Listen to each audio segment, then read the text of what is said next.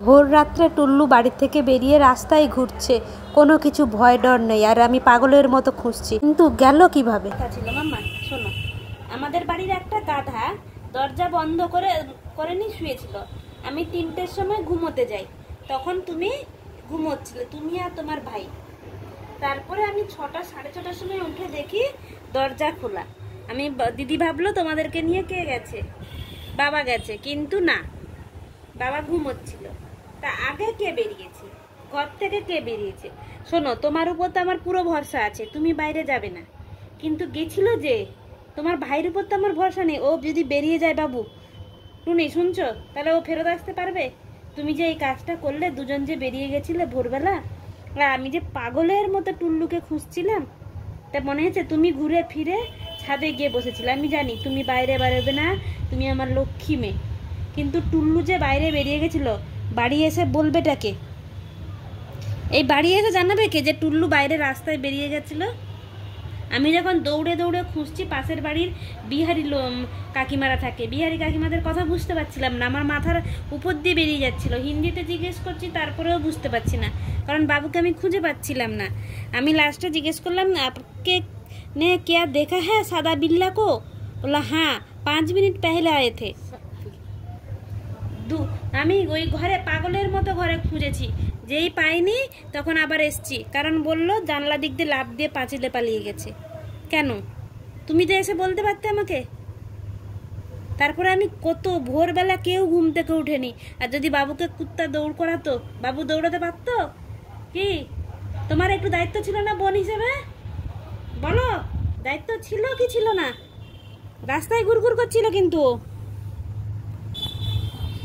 ও কিন্তু রাস্তায় ঘুরঘুর করছিল, আর যদি গাড়ির মোটর বাইকের আওয়াজ শুনে দৌড় মারতো, কোথায় যেত? আমি কোথায় বসে কাঁদতাম? তোমাকে তো আমি ডাকলাম টুনি টুনি করে, তুমি চলে এলে। মানে তোমরা কখন বেরিয়েছো জানি না, তুমি ছাদে গেছো, ছাদ থেকে উঠে ঘুরে ফিরে খিদে পেতে তুমি নিচে নেমেছো, তাই তো? হ্যাঁ, তাই তো মাম্মা? তারপরে টুল্লু যে বাইরে গেল, তুমি বলবে না এসে? আমি পাশাপাশি দুটো গলি চিৎকার করছি, ভোরবেলা সবার ঘুম ভাঙছে, আর তুমি লাফ দিয়ে নিচে নেমেছিলে না হেঁটে হেঁটে হেঁটে হেঁটে গেছিলে? আর যদি ওটা ভোরবেলা না হয়ে সকালবেলা হতো, আর যদি ভোরবেলাও যদি হতো, যদি একটা কুকুর তোমাকে তাড়া করতো, আমি কোথায় কাঁদতাম বসে? হ্যাঁ, এত করে ডাকছি, বাবু আয়, বাবু আয়, টুল্লু আয়, আওয়াজ শুনতে পাওনি তুমি? তুমি রাস্তায় গেছিলে কি করতে? আজাদ পক্ষী হয়ে গেছো না? তোমাকে বেঁধে রেখেছি, ছাড়া পেয়েছো 3 দিন পরে। আমার দোষ, 3 দিন পরে তুমি যেতে পারোনি, বৃষ্টির জন্য তো তোমাকে যাওয়ানো হয়নি। এই যে নাক দিয়ে দেখো তো তোমার সর্দি বেরোচ্ছে, এটা দোষটা কার? আমার? চুপ করে শোনো আমার কথা, আর উত্তর দিয়ে যাও। তুমি বাইরে কি করতে গেছিলে, আর কেনই বা গেছিলে? একটা যদি গাড়ি মোটর বাইক যেত, তাহলে তো তুমি দৌড়ে কোথায় পালাতে? তোমার দৌড়ানোর ক্ষমতা আছে? সেটা নাহলে বাদ দিলাম, আজকে তুই লাল হুলোটাকে মারছিলিস কেন? ও কি দেখি খেতে আসতে পারে না? দোষ কি করেছিল? এটা লাল হুলো এসেছিল, তুই এমন দৌড়েছিস, রাস্তায় গাড়ির সামনে গিয়ে পড়েছিস। আর যদি গাড়িটা আসতে পারলে কি হতো? এত লোকের মাঝখান দিয়ে তুই দৌড় মেরেছিস, এত সাহস তোমার দিন দিন।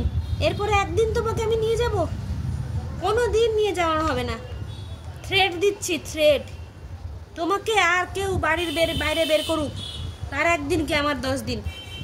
তোমার যাওয়া বন্ধ, থেকে বেরিয়ে যায়। লেঞ্জুনারের কথা শোনা হচ্ছে, আর জান কলিজা হাতে চলে এসেছিল, খুঁজে খুঁজে আমি হয়রান, আমার মাথা পা খারাপ হয়ে যাচ্ছিল। আমি বললাম গেল আমার বাচ্চা, উনি বিউটি পার্লারের সামনে নেঞ্জু নাড়াচ্ছিল, নেঞ্জু, বিউটি পার্লারের সামনে নেঞ্জু নেঞ্জু নেঞ্জু নাড়াচ্ছিল। সাজুগুজু করতে যাবি, পুজো আসছে, আমার মুড়ে দেবো, আর কোনোদিন বেরোতে দেখি তোরে।